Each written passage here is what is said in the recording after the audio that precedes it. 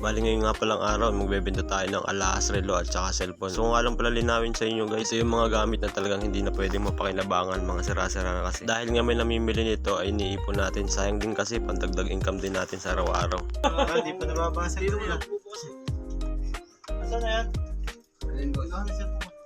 Grabe guys, jackpot talaga pag isa kang basurero. Pera talaga sa basura. At kung mapapansin mo nga yung mga nasa paligid, basurero nga pala yung lahat. Bali ang pamimili nga pala ng cellphone ay magkakahiwalay yung sinaunang cellphone at saka yung mga bagong cellphone ngayon. At saka yung mga China phone, kahiwalay din yun. Bali magkakaiba nga pala ng presyo yun. Grabe guys, hindi lang talaga kung maraming napupulot sa basura, pati yung mga kasama ang basurero ay marami din talaga silang napupulot. Bali pinaghihiwalay-hiwalay nga pala ni boss kung alin yung mas mataas ang presyo at kung alin yung mas mababa ang presyo. Shoutout nga pala sa mga kasama akong basurero, jackpot na naman tayo ngayon. Kaya kung isa ka rin basurero katulad namin, paki-comment naman dyan sa baba. May namimili din ng sirang cellphone sa inyo. Dito kasi sa lugar namin, halos lahat na lang yata ay binibili. At maya ngayon, nakita ko isa katrabaho kong kumakaway. Shoutout nga pala sa'yo, parang Carlo. Hindi ko na nga pala pahabain ng video na to. Bali gusto ko nga lang pala makita ninyo kung anong ginagawa namin dun sa mga cellphone na sira. Kaya kung nagustuhan mo ang video na to, pwede mo bang i-like and share to? I-follow mo na rin para lagi kang updated sa video namin. Kaya hanggang dito na lang muna ang video mga kabasura. Maraming salamat sa panonood.